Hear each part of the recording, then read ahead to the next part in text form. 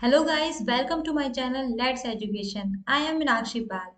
आई hope आप सभी अच्छे होंगे। सो गाइस, आज की जो क्लास है वो है हमारी साइकोलॉजी की पेडागोजी की क्लास। ठीक है, इससे पहले आपकी एक क्लास हो चुकी है, उसमें मैंने आपको 10 क्वेश्चंस कंप्लीट करा दिए थे पेडागोजी के। तो आज क्या करेंगे, आज हम उस क्लास को अपनी कंटिन्यू जारी करेंगे। ठीक है, इससे पहले आपकी मैथ की, हिंदी की और ईवीएस की पेडागोजी भी मैं आपको करा चुकी हूँ, तो आप प्ले लिस्ट को जाकर चेक कर सकते हैं। और अगर क्लास आपको पसंद आती है तो प्लीज इस क्लास को लाइक कीजिए, शेयर कीजिए और ज्यादा से ज्यादा सब्सक्राइब कीजिए। ठीक है, और बेल आइकन को जरूर प्रेस कर दीजिएगा ताकि जब भी क्लास हो तो आपको नोटिफिकेशन मिल जाए। तो फिर आज की क्लास स्टार्ट करते हैं। हम पहली क्लास में शायद अपने 10 क्वेश्चन कंप्लीट कर चुके थे, तो अब हम बढ़ जाते हैं अपने 11 क्वेश्चन पे। ठीक है, तो 11 क्वेश्चन पढ़ लेते हैं, क्या पूछा गया है। निम्न में से कौन सी परिपाटी विद्यार्थियों में संकल्पनात्मक समझ में बढ़ोतरी करने में सहायक है, यानी कि ऐसा कौन सी बात है इन सब चीजों में कि जो बच्चों को पढ़ाने में बहुत ही ज्यादा सहायक यानी कि हेल्पफुल हो सकती है ना। Conceptual understanding among student is likely is improve in the setting which do emphasis. ठीक है, तो पढ़ लेते हैं। फर्स्ट ऑप्शन दे रखा बार बार परीक्षाएं, यानी कि बारंबार परीक्षाएं।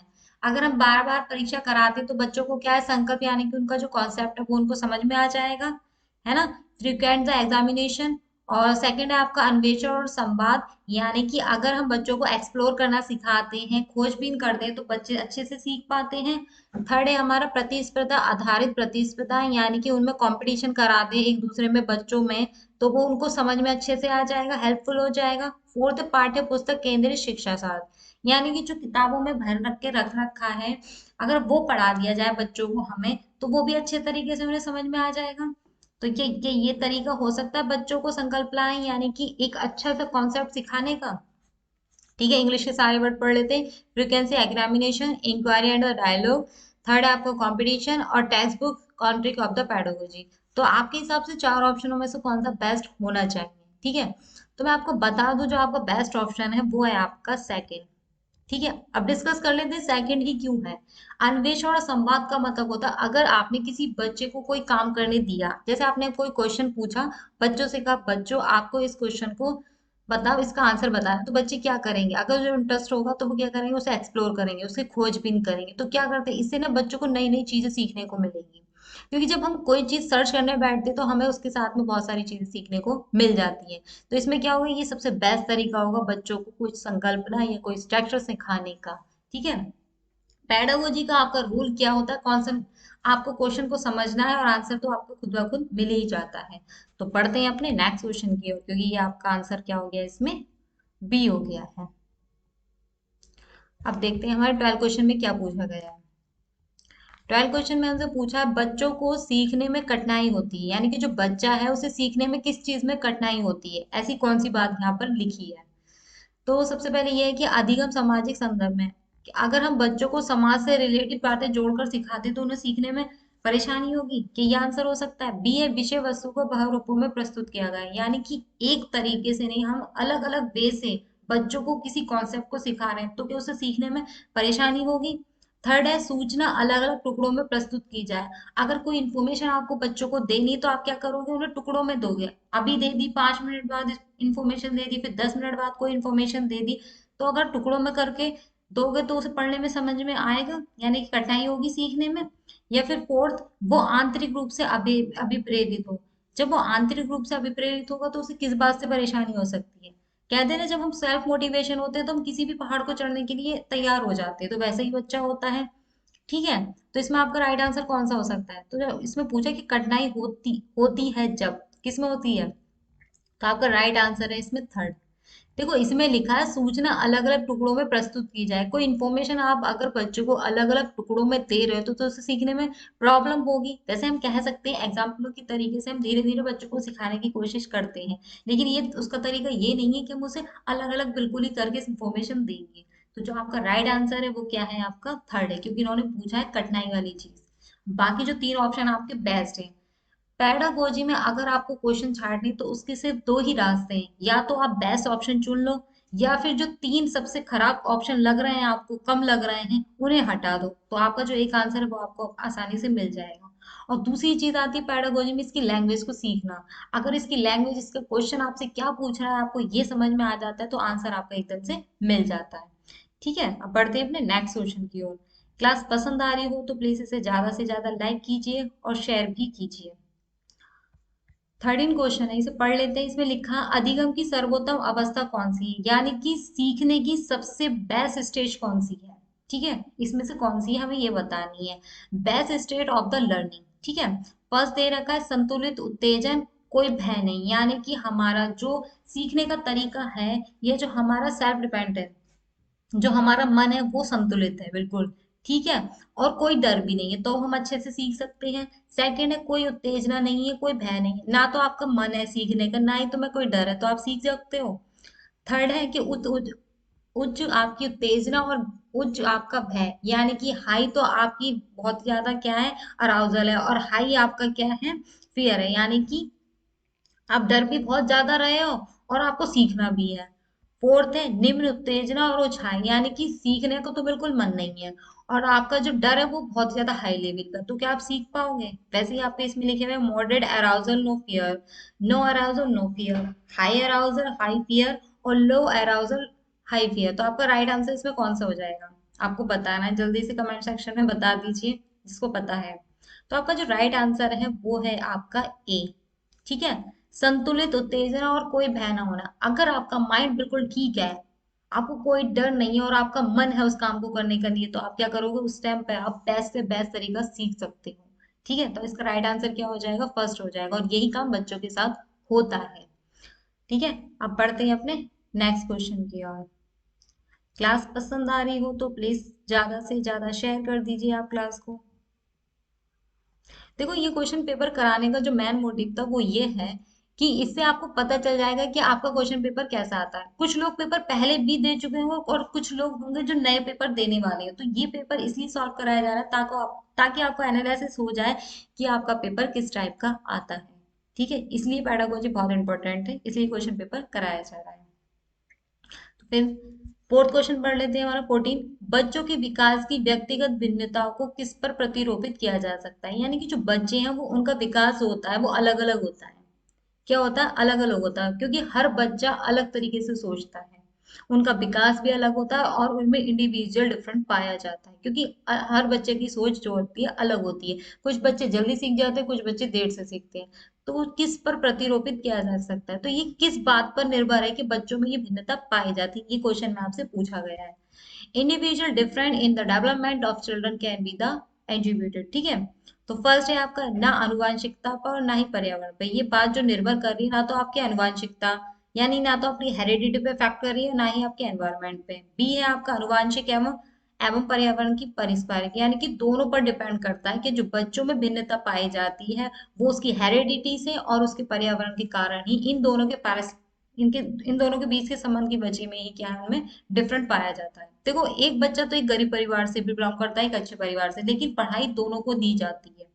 ठीक है, तो इफेक्ट जो होता है, देखो आनुवांशिकता का मतलब तो ये हो सकता है कि कोई अच्छे परिवार से कोई गरीब परिवार से, क्योंकि उसकी फैमिली पर डिपेंड करता है, लेकिन जो पर्यावरण है वो तो सबको मिल रहा है, तो वो तो इफेक्ट करेगा ना, इसलिए।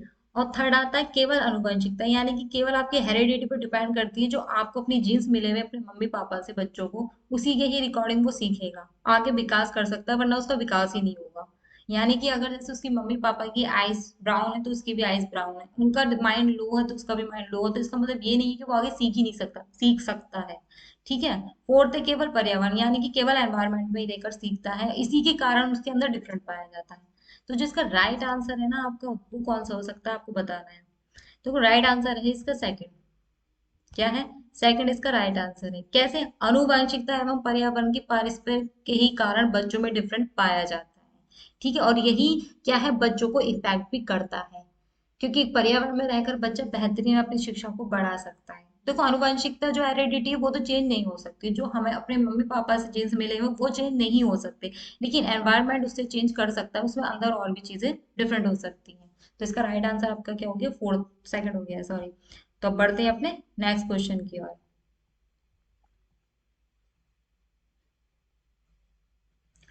नेक्स्ट क्वेश्चन जो है वो आपका आपका एक थ्योरी है बायोकोटस्की के, इसके रूप में आपको ये क्वेश्चन दिया गया है। ठीक है, ये जब मैं थ्योरी आपको करा दूंगी तब ये क्वेश्चन आपको हेल्पफुली बहुत अच्छे से समझ में आ जाएगा, लेकिन हम फिर भी इसको पढ़ लेते हैं। आपकी बहुत सी मैंने अभी आपकी साइकोलॉजी में एक ही थ्योरी कराई है, जीन पियाजे की। हम थ्योरी भी लेकर चलेंगे, 1 तारीख से आपकी क्लास में कंटिन्यू करा दूंगी। ठीक है, तब तक आप अपने फॉर्म वॉर्म फिल अच्छे से कर लीजिए। फॉर्म फिल हो गया होगा 31 तारीख में आपका, ठीक है, कर ही लेना।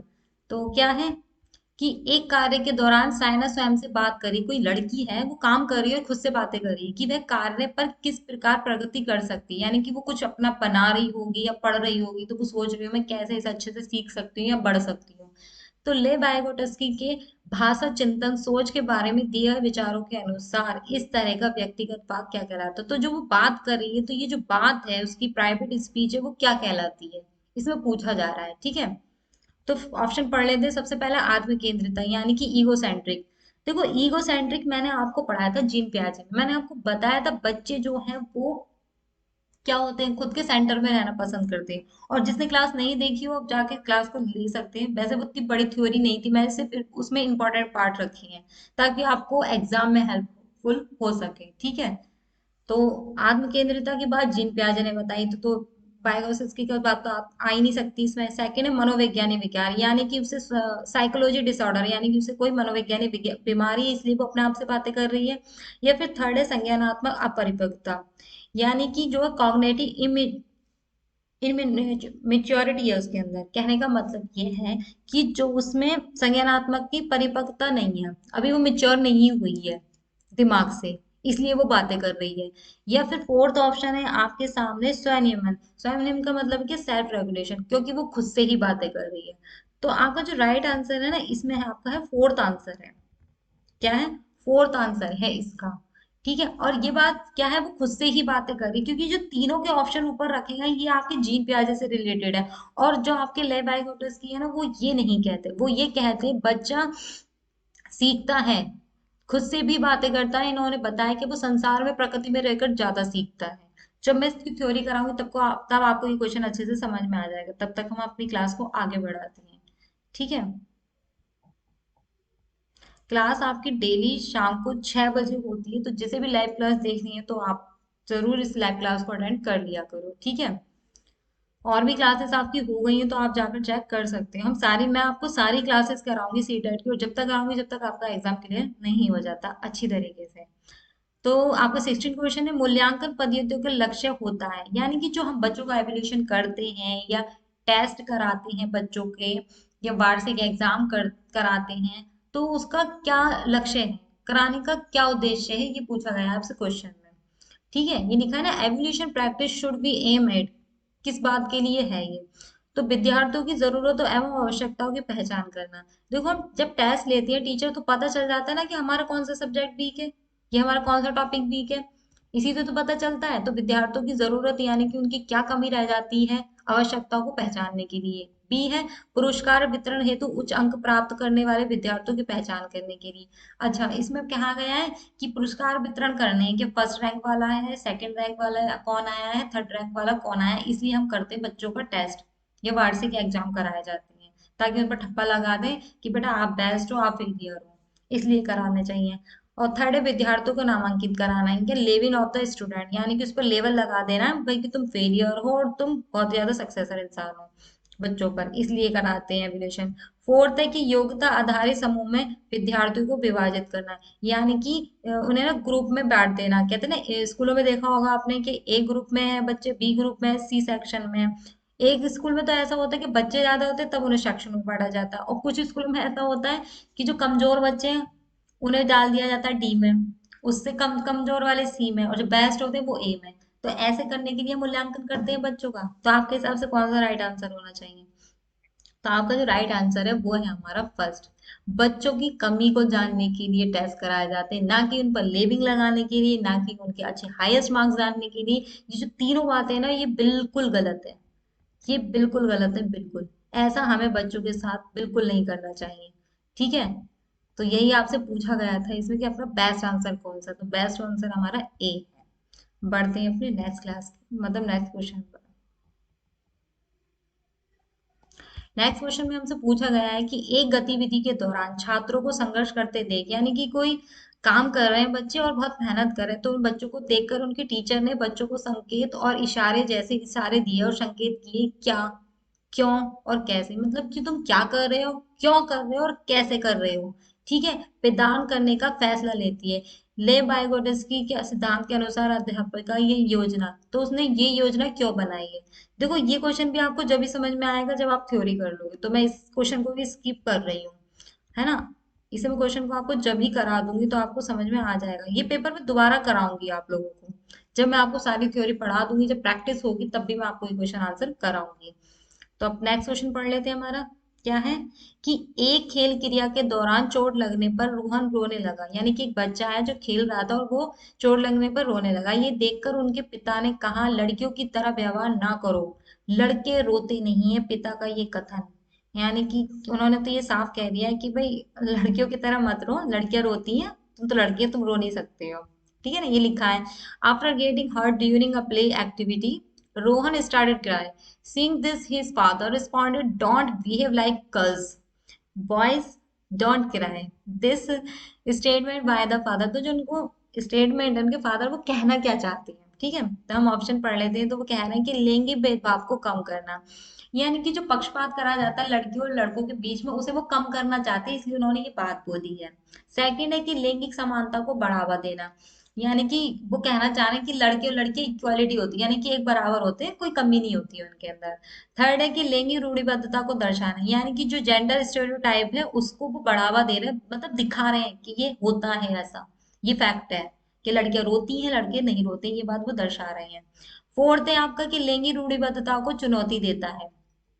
ठीक है, तो ये चुनौती देने वाली बात तो हो नहीं गई है। ठीक है, चुनौती क्या दी जा रही है, वो तो साफ साफ कह रहे हैं बेटा, क्या रूढ़िबद्धता वाली बात उन्होंने खुद ही कर दी, लड़कियां रोती है लड़के नहीं रोते हैं। तो उन्होंने किस बात को कहा है, उन्होंने कहा है कि लैंगिक रूढ़िबद्धता को दर्शाती है उनकी ये कथन। ठीक है, तो आपका राइट आंसर हो जाएगा इसमें थर्ड। देखो मैं आपको हर क्वेश्चन पूरा अच्छे से समझा रही हूँ।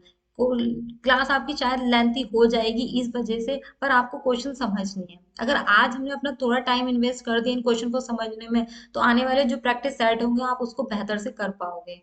पेडागोजी को समझना ही हमारा सीटेट निकालने का एक बहुत बड़ा मोटिव है, क्योंकि सीटेट के एग्जाम में पेडागोजी आपकी पांचों सब्जेक्ट में पूछी जाएगी, और जिसने पेडागोजी अच्छे से कर ली आपका एग्जाम क्लियर हो जाएगा। देखो रही बात मैथ की, मैथ इतनी हार्ड नहीं आती है, तो मैथ का डर तो आप निकाल ही दो। आप पेडागोजी को बेस्ट करो, कॉन्सेप्ट समझो, फिर मैथ भी हो जाएगी। ठीक है, और सबसे बेस्ट तो आपकी साइकोलॉजी है। तो बढ़ते हैं अपने नेक्स्ट क्वेश्चन की ओर। बस आपको क्वेश्चन को समझना है। नेक्स्ट क्वेश्चन में हमसे पूछा गया है कि एक प्रगतिशील कक्षा में, यानी कि एक प्रोग्रेसिव क्लासरूम में बहुत अच्छे से प्रगति कर रही है, अच्छे से चल रही है वो क्लास, तो वो कक्षा में क्या होना चाहिए कि वो अच्छे से चल रही है। तो ज्ञान की संरचना के लिए प्रचुर मौके प्रदान करने चाहिए, यानी कि मतलब अच्छी क्लास को चलाने के लिए, बच्चों में प्रोग्रेस करने के लिए ज्ञान की संरचना के लिए प्रचुर मौके प्रदान देने, यानी कि कुछ ही मौके देने चाहिए। देखो देखो ना, ample the opportunity should be the provide for the construction for the knowledge. तो थोड़ी सी थोड़ी ना देनी चाहिए, बहुत सारी नॉलेज देनी चाहिए हमें, तो बच्चों को मौके देंगे तभी तो वो सीखेंगे। सेकंड है विद्यार्थियों को उनके अकादमिक अंकों के आधार पर नामांकित, वही वाली बात रिपीट कर दी है, ठप्पा लगा देना कि आप बेस्ट अंक लाने वाले हो और आप कम अंक लाने वाले हो, इस आधार पर करना चाहिए, तो क्लास प्रोग्रेसिव हो जाएगी। थर्ड है कि अध्यापक को अटल पाठ्यक्रम का पालन करना चाहिए, यानी कि जो फिक्स है ना पाठ्यक्रम वही पढ़ाना है, उसके अलावा कुछ पढ़ा नहीं सकते बच्चों को। जो बातें एक्स्ट्रा हैं दिन उनकी रियल लाइफ से जुड़ी हुई है वो नहीं पढ़ानी, जो किताब में लिखा है ना सिर्फ वही वही पढ़ाना है, ये आपका ऑप्शन कह रहा है थर्ड।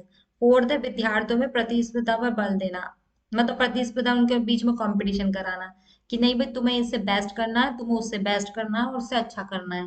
जैसे हमारे पेरेंट्स भी कभी कभी कर देते हैं ना बच्चों के साथ में, कि हमारे पड़ोस वाला बच्चा इतना अच्छा कर रहा है और तुम इतना बेकार कर रहे हो, तो ऐसा करना होता है एक प्रगतिशील कक्षा में। तो आपके हिसाब से राइट आंसर कौन सा होना चाहिए, तो देखो कौन सा होना चाहिए बताइए। इसमें तो प्रचुर मौके दे रहे जा रहे हैं, इसमें विद्यार्थियों को अंक दिए जा रहे हैं, अध्यापक को अटल दिया जा रहा है, और विद्यार्थियों में प्रतिस्पर्धा बल दिया जा रहा है। देखो इसका जो राइट आंसर है ना वो है आपका ए। मौके तो दिए जा रहे हैं ना, कि ज्ञान की संरचना के लिए, यानी कि ज्ञान को बढ़ाने के लिए प्रचुर मौके प्रदान करे जा रहे हैं बच्चों को, तभी तो वो सीख पाएंगे, तभी तो कक्षा प्रगतिशील कर पाएगी, तभी तो आगे प्रोग्रेस कर पाएगी। ठीक है, तो इसका ये हो गया राइट आंसर। देखो, पेडागोजी में ऑप्शन यानी कि आंसर छांटने के सिर्फ दो ही तरीके, दो ही ट्रिक है। एक तो आपको बेस्ट ऑप्शन चुन लेना है, ठीक है, चारों ऑप्शन में से, या फिर आपको तीन जो बेकार आपके ऑप्शन है उन्हें हटा देना है, तो जो आपका जो राइट आंसर है वो एक ऑप्शन बचेगा और वही हो जाएगा। ठीक है, तो ये बात आपको अच्छे से ध्यान रखनी है। तो बढ़ते हैं अपने अब नेक्स्ट क्वेश्चन की ओर। इस पेपर को करने से आपको पता चल जाएगा कि आपके किस टाइप से क्वेश्चंस आते हैं। ये थोड़ा पेपर वो हो गया था, ठीक है, उसके लिए मैं माफी चाहती हूँ। इसमें लॉरेंस कॉलरबर्ग के सिद्धांत के अनुसार किसी कार्य के लिए करना क्योंकि दूसरों के स्वीकृति के लिए नैतिक विकास के चरण का दर्शाता है। ये भी आपका लॉरेंस कॉलबर्ग है, एक साइंटिस्ट वैज्ञानिक है, इनके बारे में भी हम थ्योरी पढ़ेंगे, तब आप ये क्वेश्चन को क्या है आसानी से कर पाएंगे। ठीक है, तो मैं इस क्वेश्चन को आपको स्किप कर रही हूँ, क्योंकि जब मैं करा तो दूंगी इसका आंसर मुझे पता है, लेकिन आपको समझ में नहीं आएगा जब तक हम थ्योरी ना कर ले। ठीक है, तो ये थी आज की क्लास आपकी। आई होप आज की क्लास आपको पसंद आई होगी। तो प्लीज अगर आपको क्लास पसंद आई तो इसे लाइक कीजिए, शेयर कीजिए, ज्यादा से ज्यादा सब्सक्राइब कीजिए चैनल को। बाकी क्लासेस हो गई हैं तो आप क्लास ले सकते हैं, क्लास आपकी 6 बजे शाम को होती है। तो आज की क्लास के लिए थैंक यू सो मच।